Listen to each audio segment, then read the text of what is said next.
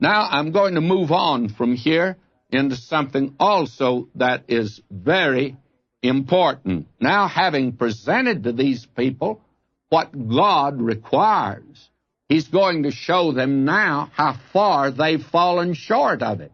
And this will be the reason that God will judge them. Because of their willful and continual sinning, God's going to judge them. Now, will you listen to this? Verse 9, the Lord's voice crieth unto the city, and the man of wisdom shall see thy name. Hear ye the rod, and who hath appointed it? Now, we've seen that Micah has been directing his prophecies largely to the urban areas, to the cities. His writing reveals that he actually is a very sophisticated writer, that he was in the know. He belonged to the upper echelon. Now, he's in contrast to Amos. Amos said, why, I'm no prophet.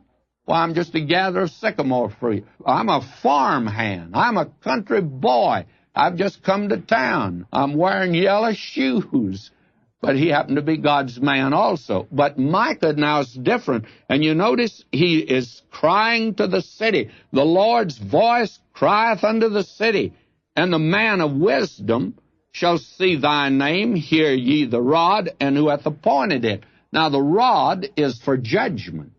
We read back in the 2nd Psalm, he shall break them with a rod of iron, dash them in pieces like a potter's vessel. The rod represents the judgment of God.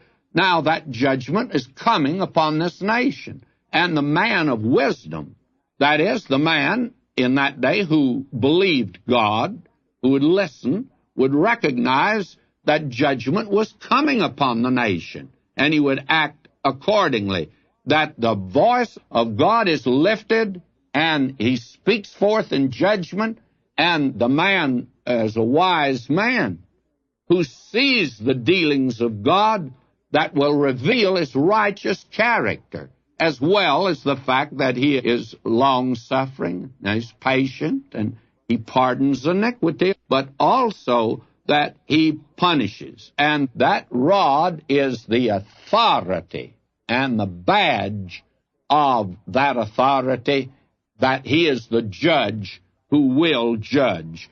Now, let's move on here, because we see now here at verse 9 of chapter 6, the Lord's voice crieth unto the city, the man of wisdom shall see thy name. Hear ye the rod, and who hath appointed it?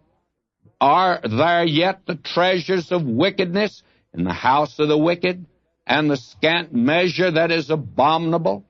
In other words, there was still sin in the nation. And now he's going to reveal these sins specifically. He's going to spell them out, what they were.